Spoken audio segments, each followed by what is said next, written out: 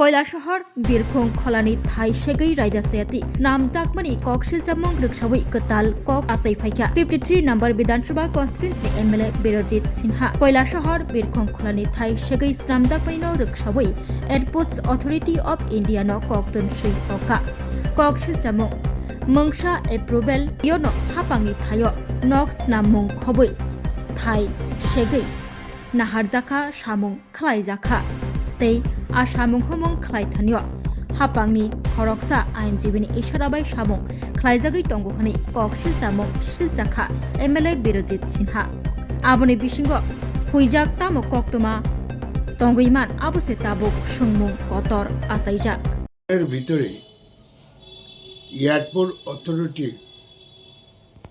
একটা জমি রয়েছে, একটা বিল্ডিং আছে, ওটা বাউন্ডারি ওয়াল নেই। এবং গত পরশু দিন আমার কাছে রিপোর্ট আসলো এয়ারপোর্টের জমিটা মাটি ভরাট করে টেম্পোরারি বাঁশ টিনের ঘর নির্মাণ শুরু করেছে। তৎক্ষণাৎ আমি এয়ারপোর্ট অথরিটির ডাইরেক্টরকে চিঠি লিখেছি, কেন্দ্রীয় মন্ত্রী, সেক্রেটারি, এয়ারপোর্ট অথরিটি ভারত সরকারকে চিঠি লিখেছি যে এয়ারপোর্ট অথরিটি জমি আনঅথরাইজ দখল হয়েছে এবং যে বিল্ডিংটি আছে এই বিল্ডিংটি কে বা কারা ইউজ করছে, তো এটা আমি কমপ্লেন করেছি।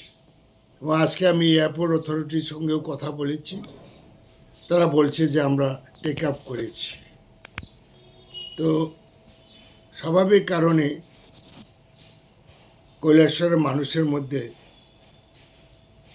একটা খুব সৃষ্টি হয়েছে, কারণ এয়ারপোর্ট চালু হবে এবং ওইটা এই জমিটা এয়ারপোর্টের জন্য ইউজ করবে, কিন্তু দেখা যায় যে